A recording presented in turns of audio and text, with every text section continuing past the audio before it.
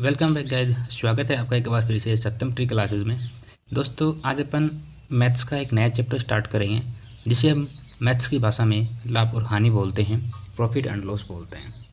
लेकिन क्या ये वास्तव में प्रॉफिट और लॉस होता है? नहीं, ये होता ही है हमारी बेसिक अंडरस्टैंडिंग जो पूर्णतः डिपेंड करती है हमारी समझ के ऊपर। हमें अगर इसको नॉर्मल भाषा में समझना है तो हम इसे बोल सकते हैं कि हम व्यापार कितना कर सकते हैं। मतलब कहने का ये है कि हमें अपने आजीवन चलाने के लिए किसी वस्तु को खरीदना होता है, उन्हीं वस्तुओं को बेचना पड़ता है। किसी न किसी मूल्य पर हमें उन वस्तुओं को क्या करना पड़ता है? बेचना पड़ता है। बस आज का जो भी हमारा चैप्टर होगा उस चैप्टर में हम सिर्फ ऐसी ही बातें जो हैं वो सीखने वाले हैं। मोटा मोटी अगर मैं बात करूं तो आज हम सिंपल दुकानदारी करने वाले हैं। जनरली हम दुकानों में जाते हैं, सामान वगैरह लेकर के आते हैं, हमें नहीं पता होता है कि उनकी एक्चुअल में प्राइस क्या रही होगी जब दुकानदार ने उनको ख़रीदा होगा, और जब वो मार्केट में बनी होंगी या फिर फैक्ट्री में जब वो बनी होंगी, फिर फैक्ट्री में बनने के बाद में वो मार्केट तक पहुंची हैं, फिर वहां से हमने उनको पिकअप किया है, तो हमारे पास वो किस रेट में पहुंची हैं ये सिर्फ हमें पता होता है। लेकिन उसमें कितना फ़ायदा हुआ है, कितना नुकसान हुआ है, ये किसको पता होता है? ये व्यापारियों को पता होता है। जो बड़े बड़े व्यापारी होते हैं ना, उनको ये चीज़ें पता होती हैं। लेकिन चलो कोई नहीं, ये तो है नहीं कि हम भी व्यापारी नहीं बन सकते हैं। हम भी व्यापारी बनेंगे तो हम व्यापारी कुछ इस तरीके से बनेंगे कि हमें ज़्यादा मोल भाव तो इसमें करना है नहीं, क्योंकि हमें क्या चाहिए? हमें चाहिए एक गवर्नमेंट जॉब जिससे हमारी लाइफ सिक्योर हो सके और हम उसमें अच्छा खासा काम जो वो कर सकें। तो बस उसी से रिलेटेड हम क्या करेंगे, यहाँ पर चीज़ें जो वो पढ़ेंगे। मोटा मोटी बात यही है कि आज हम दुकानदारी करना सीखेंगे, वो भी एक अच्छे लेवल से। ठीक है, तो प्यारे बच्चों, सबसे पहली जो बात है वो ये है आपके सामने कि क्रय मूल्य क्या होता है। सभी को पता है क्रय मूल्य क्या होता है, इंग्लिश में जिसे अपन बोलते हैं कॉस्ट प्राइस। जिस मूल्य पर किसी वस्तु को खरीदा जाता है उसे उस वस्तु का क्रय मूल्य कहा जाता है। इसका मतलब क्या है? इसका मतलब ये है कि हम दुकान से कुछ सामान खरीद करके लाते हैं, हम दुकानदार को कुछ पैसा देते हैं, तो वो हमारे लिए क्या है? क्रय मूल्य है। अब बात करते हैं विक्रय मूल्य की, सेलिंग प्राइस जिसे अपन बोलते हैं।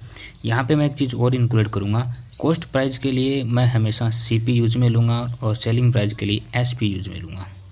ठीक है, जिस मूल्य पर कोई वस्तु बेची जाती है वह मूल्य उस वस्तु का विक्रय मूल्य कहलाता है। ओके जी, हमने मान लिया कि जिस वस्तु पर बेचा गया वो विक्रय मूल्य होगा। अब आप एक बात बताइए, यह है एक दुकानदार, एक शॉपकीपर, ये हैं आप।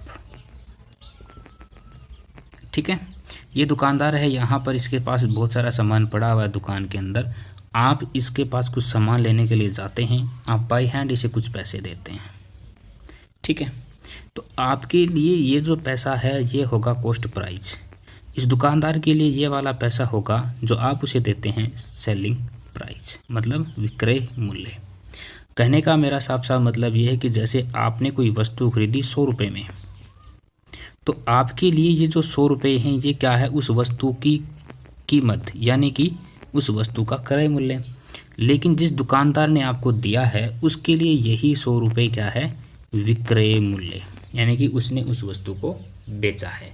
किस मूल्य पर? 100 रुपये में बेचा है। आपने कितने में ख़रीदा? 100 रुपये में ख़रीदा। ओके, तो ये हो गया आपके लिए क्रय मूल्य और दुकानदार के लिए विक्रय मूल्य। नेक्स्ट यहाँ पे बात करते हैं कि लाभ कब होगा। लाभ कब होगा? देखिए, जब विक्रय मूल्य किसी वस्तु का ज़्यादा हो और क्रय मूल्य कम हो। सिंपली हम इसको इस तरीके से समझते हैं कि एक दुकानदार है, जैसे आप अपने आप को एक दुकानदार मानिए। आपने क्या किया कि एक बड़ी दुकान से एक वस्तु खरीद करके लाए 100 रुपये में। ओके, आपने क्या किया? एक बड़ी दुकान से एक वस्तु खरीद के लाए 100 रुपये में, और आपने अपने किसी कस्टमर को, ग्राहक को, उसको 110 रुपये में बेच दिया। तो ये क्या था? ये जो 10 रुपये था ये क्या था? आपके लिए लाभ था। दुकानदार के लिए ये लाभ होगा, जबकि ग्राहक के लिए, इसमें ग्राहक को तो पता ही नहीं है कि इस वस्तु की एक्चुअल प्राइस क्या थी या फिर आपने इसको कितने में ख़रीदा था। तो ये दुकानदार के लिए क्या होगी? कॉस्ट प्राइस होगी। उसी प्रकार से ये वाली 110 रुपये जो है ये दुकानदार के लिए क्या होगी? सेलिंग प्राइस होगी।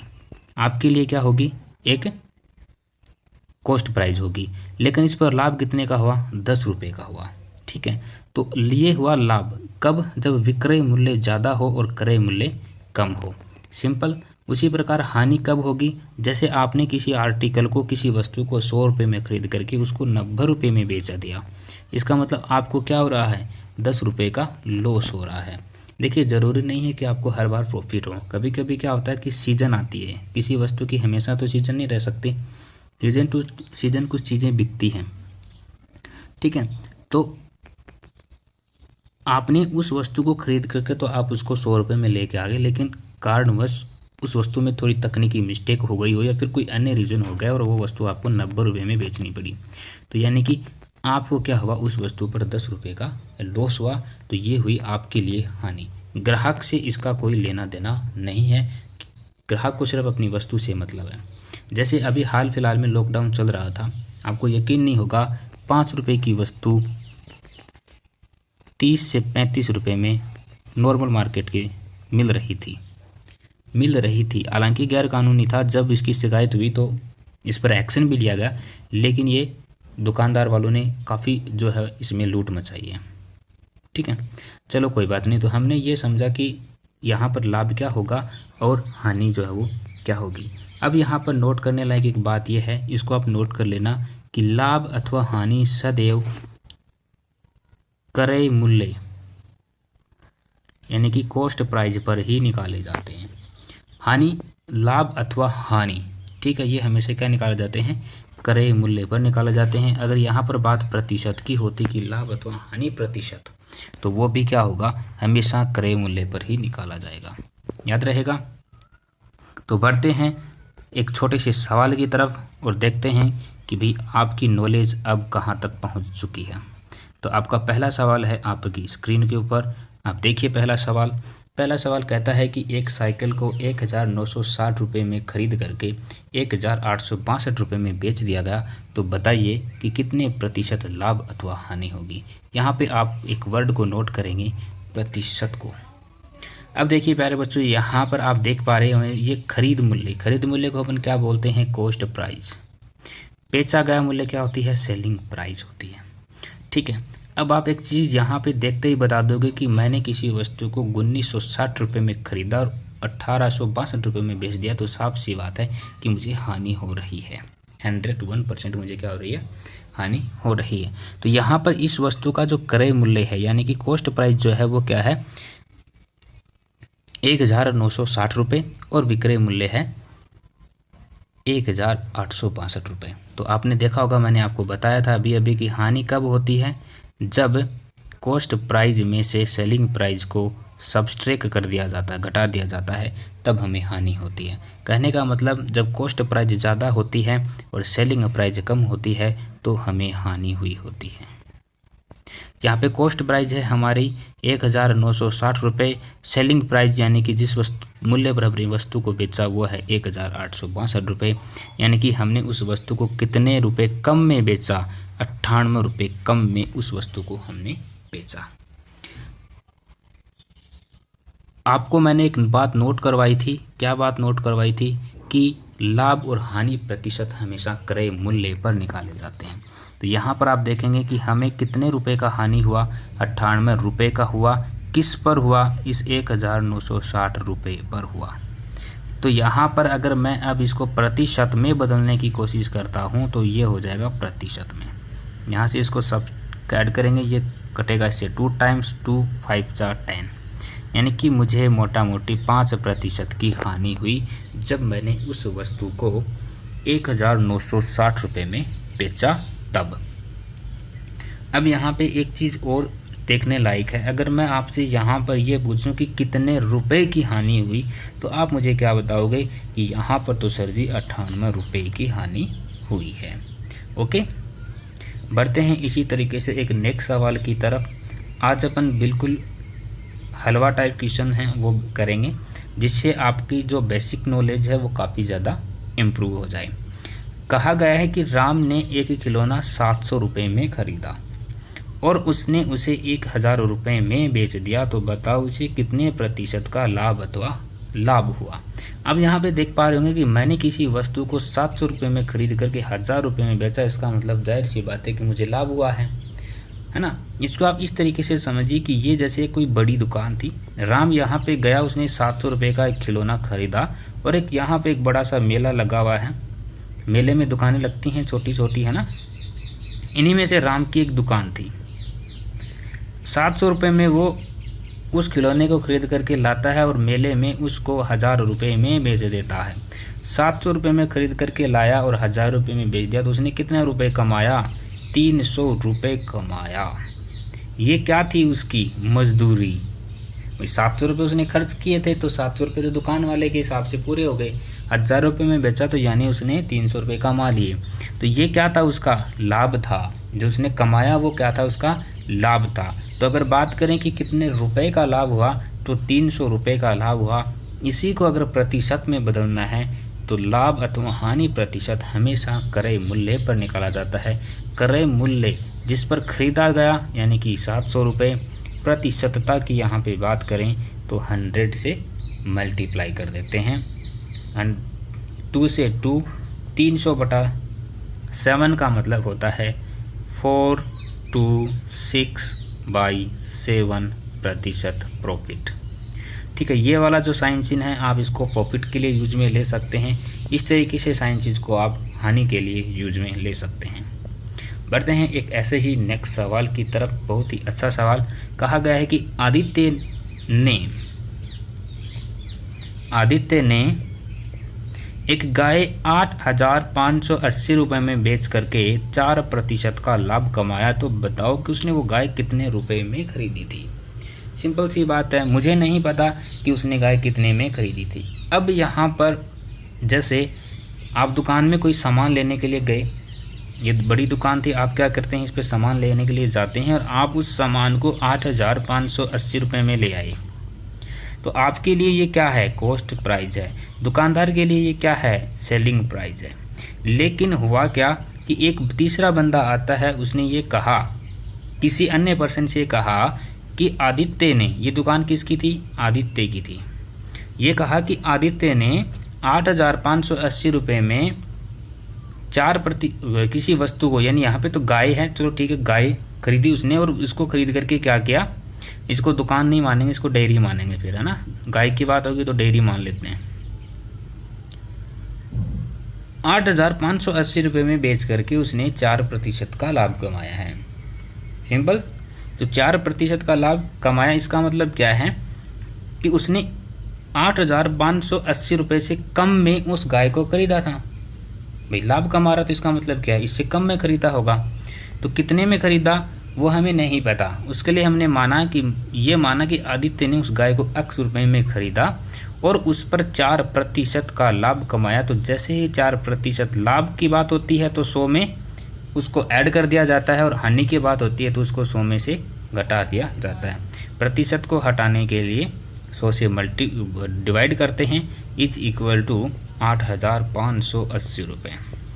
यहाँ से X की वैल्यू निकालेंगे, 8,580 अपॉन 1/4 मल्टीप्लाई 100। ठीक है, या आप इसको ऐसे कट पिट करोगे, पूरा तो नहीं कट रहा ये शायद, 52,842। ठीक है, तो इसका जो आंसर है वो आएगा आपके पास 8250। यानी कि आदित्य ने उस गाय को 8,280 रुपये में खरीदा था और 8,580 रुपये में उसको बेच दिया। सिंपल। बढ़ते हैं नेक्स्ट सवाल की तरफ कि एक कुर्सी को 8,873 रुपये में बेचने से एक विक्रेता को 10% की हानि हुई। कुर्सी का क्रय मूल्य कितना है? साफ इस सवाल में आपको देखने को मिलेगा कि 873 रुपये में बेचने से 10% की हानि हुई है। इसका मतलब ये है कि उस वस्तु को 873 रुपये से ज़्यादा में खरीदा गया होगा। बिल्कुल खरीदा गया होगा।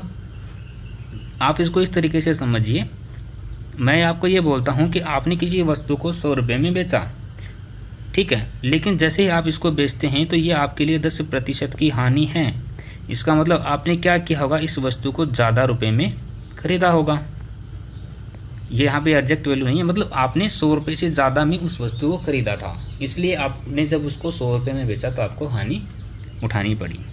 तो इस सवाल में इसको कैसे करेंगे कि मैंने माना कि वस्तु का जो क्रय मूल्य है वो 800 रुपये है, हानि हुई है तो 100 में से घटा देंगे, प्रतिशत को हटाने के लिए 100 से डिवाइड करेंगे और 873 रुपये में वस्तु को बेचा गया। अक्स की वैल्यू कैसे हो जाएगी, सिंपल 873 मल्टीप्लाई 10/9, 100 जीरो से जीरो, यहाँ से ये कटेगा 9 टाइम्स 7 टाइम्स और ये वाला 0 0, यानी कि मैंने उस वस्तु को 970 रुपये में ख़रीदा और वो 873 रुपये में मुझसे बिकी, जो कि 10% लॉस के बराबर थी। नेक्स्ट सवाल यहाँ पे करते हैं, आज की सीरीज का हमारा लास्ट सवाल होगा। तो यहाँ पे जो सवाल आपको गिवन है उसमें कहा गया है कि एक घड़ी को 2880 रुपये में बेचने पर एक व्यक्ति को 10% की हानि हुई, वह उसे कितने में बेचे कि 5% का लाभ हो। तो मुझे नहीं पता कि उस वस्तु का क्रय मूल्य क्या था, मैंने माना कि मैंने उस वस्तु को X रुपये में खरीद करके 10% की हानि पर 2880 रुपये में बेचा। तो यहाँ से मैं उसका क्रय मूल्य निकाल लूँ क्या, सिंपल सा एक बार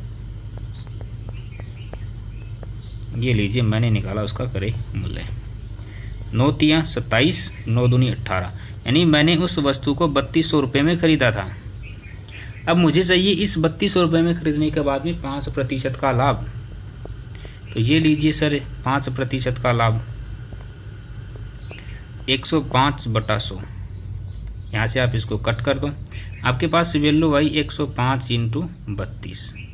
इसको 105 को 32 से मल्टीप्लाई करो तो आपकी मर्जी है। अगर आप ऐसा नहीं करना चाहो तो आप सिंपल एक काम और कर सकते हो, आप क्या करो 32 को पहले 100 से मल्टीप्लाई करोगे तो आपके पास आएगा 3200, प्लस 32 को अगर 5 से मल्टीप्लाई करोगे तो 32 बन जाए 160, 3200 में 160 ऐड करोगे तो आपके पास वैल्यू आएगी 3360, यानी कि आपको अगर 5% के लाभ पर उस वस्तु को बेचना है तो आपको 3360 रुपये में उसको बेचना पड़ेगा। पर ऐसा नहीं हुआ था आपके साथ ये हुआ कि आपने उसको 2880 रुपये में बेच दिया, जो कि 10% हानि के बराबर है। इस सवाल के लिए एक शॉर्ट ट्रिक होती है प्यारे बच्चों, वो क्या होती है, जिस पर वस्तु को हमें बेचना है उसे लिखते हैं हमेशा ऊपर, जितने की हानि या लाभ हुआ है उसे लगाते हैं नीचे, और जितने मूल्य पर वस्तु को बेचा जाता है वो कर देते हैं मल्टीप्लाई। यहाँ से आप देखोगे ये कटाई से 32 टाइम्स 105 को 32 से मल्टीप्लाई करोगे तो आएगा 3360। जिसको निकाला जाता है उसको हमेशा ऊपर लिखते हैं, लाभ अथवा हानि को हमेशा नीचे लिखते हैं, और जितने में वस्तु को बेचा जाता है उसको मल्टीप्लाई करते हैं। ओके, तो आज की क्लास में इतना ही। उम्मीद है आपको ये छोटे छोटे सवाल जो हैं, जो एक बेसिक अंडरस्टैंडिंग होनी चाहिए एक स्टूडेंट्स की, वो आपको समझ आई होगी। कल से हम प्रॉफिट एंड लॉस में जो भी पढ़ेंगे उसका हमारा प्रोसेस ये रहेगा कि अब हम टाइप वाइज क्वेश्चंस को पढ़ेंगे। ठीक है, टाइप वाइज क्वेश्चंस को पढ़ते हुए चलेंगे प्रॉफिट एंड लॉस में, और उसके बाद जब हमारे टाइप्स कंप्लीट हो जाएंगे उसके बाद हम यहाँ पर एक मिक्स्ड सीरीज लेकर के आएंगे प्रॉफिट एंड लॉस की। उसमें हर टाइप के क्वेश्चंस होंगे, और वो जो क्वेश्चंस होंगे, जितने भी मिक्स क्वेश्चन जितने भी होंगे, वो सारे के सारे जो हैं वो किसी न किसी पेपर सेट से उठाए जाएंगे। लाइक दैट वो एसएससी हो सकता है, लाइक दैट वो रेलवे का हो सकता है, पुलिस का हो सकता है, आर्मी में तो नहीं आता ये टॉपिक, और एनी स्टेट एग्जाम्स आप इसे बोल सकते हैं।